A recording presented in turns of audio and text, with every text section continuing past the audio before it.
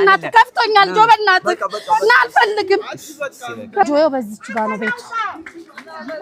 ና እኔን ቢሆን እኮ ሳየዋለሁ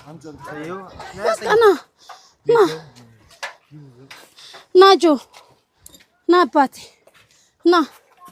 ይኸው እንደዚህ ነው የምተኛው ይኸው ከነ ልጆቼ ጋር እንደዚህ እያረኩ አታውልቅ ኧረ ልጆቼ በጭራሽ ጆ አለ ደስ እንዲለኝ ወይኔ በምን ወንበር በአላህ ኧረ ችግር የለም ኧረ ኖርማል ነው ችግር የለም በኃይሉ ወንበር በአላህ ችግር የለም ቻይና ነው ከነጫማ ይገባው ኧረ በቁርአን ስም ኖርማል ነው ኧረ እግዚአብሔር ቻይና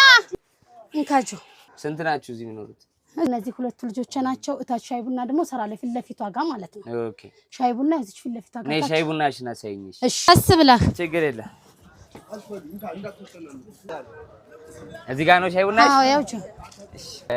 እኔ አልተዘጋጀውም እንግዲህ ድንገት ነው ያገኘሁሽ አይደለ አሁንም ድንገት ነው ስፈልግቸው ድንገት ነው ያገኘሁሽ እኔ በራሴ